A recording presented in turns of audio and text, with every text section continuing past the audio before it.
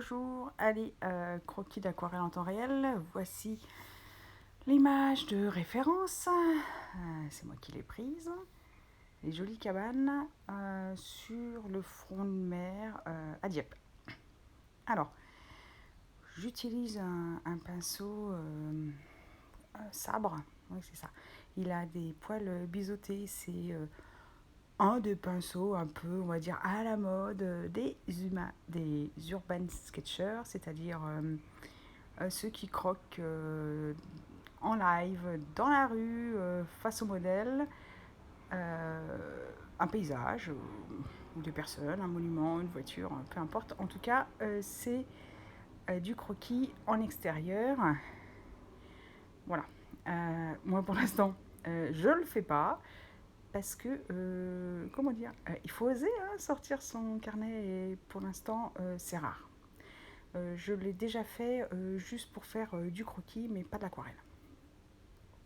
Alors, mise en couleur en temps réel de l'aquarelle. Quand le pinceau va vers le haut à gauche, c'est pour un seul pinceau.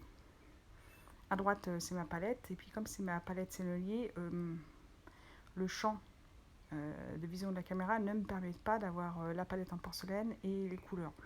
Donc, quand ça va vers la droite, c'est pour prendre de la couleur dans les godets. Et puis, quand ça va vers le haut, ben, vous voyez les mélanges qui sont créés. J'ai utilisé la reste des couleurs de la palette lorsque j'ai peint la deux chevaux qui est sur la page de gauche. Et je vais aller progressivement pour peindre ce paysage. En matière d'aquarelle, il ne faut pas oublier que le premier jet n'est qu'un premier jet. Il va y avoir peut-être 2 couches, 3 couches ou 4 couches. En tout cas, moi c'est comme ça que je travaille. Je mets essentiellement des grands aplats de couleurs, par exemple le ciel d'un certain bleu. Les cabanes, elles sont toutes d'un ton bleu, bleu grisé. Je ne respecte pas exactement la couleur des cabanes. C'est pas l'important en fait. L'important, ce que je garde en souvenir en tout cas, c'est ce qui me rappellera et qui me replongera dans le moment où j'ai décidé de prendre cette photo. Et quand j'ai pris cette photo, je me suis dit, je vais peindre cette photo. En tout cas, je vais faire un croquis de cette photo parce que c'est intéressant, parce que c'est la première fois que je vois des cabanes bleues. Ça me rappelle le temps des vacances, avec qui j'y étais, à quelle époque, quel temps faisait-il. En fait, c'est tout ça. Ce croquis, c'est un peu comme un croquis d'un carnet de voyage. Ça me permet de me remémorer un moment.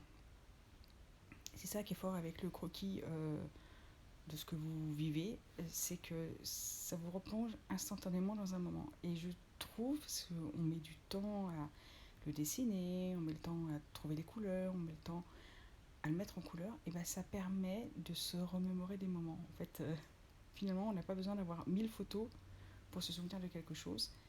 C'est laisser une trace indélébile quelque part dans votre tête. Parce que ce croquis, je m'en souviendrai dans 2 ans, dans 10 ans et dans 15 ans, et j'en suis certaine. Alors que quand vous faites un album photo, parfois vous redécouvrez des photos parce que vous ne vous en souvenez pas, parce que tout est noyé dans la masse. Peu importe. Revenons à notre aquarelle. Alors j'utilise des tons de bleu et je vais les griser. En tout cas, je vais avoir des tons de bleu beaucoup plus gris grâce au gris de pen qui est là. Et je l'utilise facilement. Alors dans le gris de pen, il y a un pigment noir, donc il faut y aller tranquillement, doucement, parce que sinon ça va être très très foncé. C'est un gris plutôt froid. Le fond. D'une manière générale, ce qui est au fond, c'est bleuté, plutôt noir. Les verts sont plutôt bleus aussi. En tout cas, l'arrière-plan, il faut vraiment qu'ils se sachent de l'avant-plan. Là, il y a 3 plans. Il y a les planches qui sont devant, là, que je suis en train de peindre. Là, je suis en train de peindre les interstices qu'on trouve entre les planches. Il y a le plan des maisons. Et derrière, il y a la falaise avec le château de Dieppe. Et au-dessus, le ciel.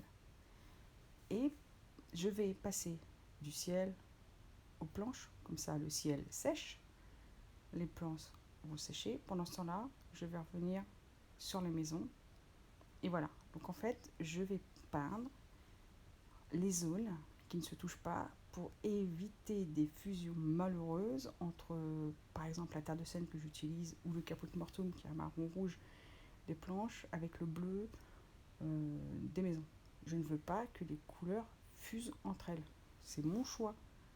Je pourrais très bien laisser les couleurs s'éparpiller et aller où elles veulent. Mais je n'ai pas envie. En tout cas, c'est pas ce que je veux ici. Donc, j'ai fait une première passe sur la maison. Ça a séché un peu. Et j'avais utilisé ce pinceau qui était assez gorgé d'eau. Donc, je l'ai laissé, le dagger, le pinceau sabre. Je l'ai laissé de côté. Et puis là, je reviens avec un pinceau plus précis parce que je veux peindre des choses plus petites, plus précises. Donc, c'est un pinceau rond de petite taille. Voilà. Et je viens par touchette regarder là où je pourrais mettre les ombres. Alors j'ai bien regardé la photo avant de peindre. Et là je peins de mémoire. Je n'ai pas le modèle sous les yeux. Je sais que sur la gauche, il y avait l'ombre.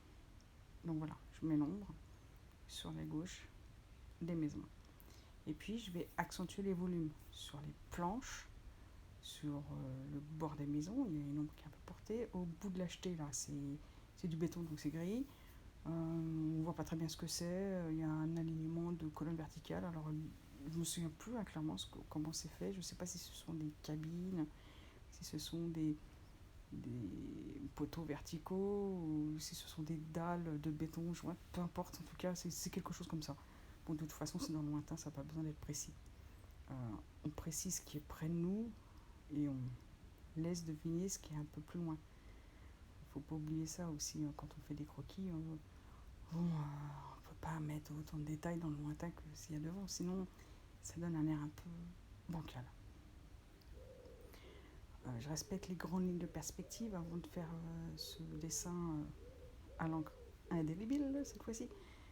J'ai fait un croquis en tirant des grands traits de perspective avec les points de fuite vers la droite pour avoir quelque chose d'à peu près cohérent. Je ne fais pas un dessin de précision. C'est pour ça que les lignes verticales ne sont pas tout le temps verticales, évidemment. Ce sont des petites cabanes de plage avec des planches. Normalement, c'est très très rectiligne. C'est pas ça que je veux. Je pars en fond la falaise. Je laisse un peu de blanc pour symboliser le soleil qui tape sur la craie.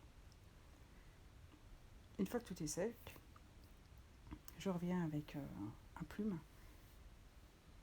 Voilà, je le rame parce qu'en fait, il est en train de sécher. Il fait tellement chaud. Et je vais souligner, comme je l'avais fait avec la 2 chevaux, pour moi, les lignes principales. Voilà. J'en mets même un peu d'ombre sur la gauche de la maison. Et puis je vais faire ça pour redélimiter mes petites maisonnettes. Et puis pour redéfinir l'architecture du fond là-bas. Je vais revenir aussi devant pour strier les planches. Voilà. Pour enlever ce côté un petit peu trop rectiligne. Voilà. Il faut y aller assez rapidement avec un poignet souple, sans trop appuyer. Voilà, il faut que ça ait l'air un peu naturel. Le bois, je le symbolise avec des traits, sans appuyer sur la plume. Ça, c'est intéressant, je trouve, la plume, parce qu'on peut avoir différentes tailles de traits. Suivant que vous appuyez fort, suivant que vous appuyez moins fort. C'est plutôt très intéressant. Voilà, je redéfinis l'arrière-plan avec le château. C'est quasiment en ligne, parce qu'on ne voit rien, il est très très loin. Un peu de lumière avec un stylo gel blanc, c'est pour vous montrer aussi que sur un croquis, on peut utiliser différents outils scripteurs. Ici, la végétation avec un crayon vert. Et puis là, je refonce avec un crayon bleu foncé. Alors là, c'est un crayon aquarellable Derwent. On peut l'utiliser pour colorier, tout simplement, sans aquareller. Puis voilà, c'est fini. Donc, le modèle. Et ça reste un très bon souvenir. Allez, à ciao, à bientôt.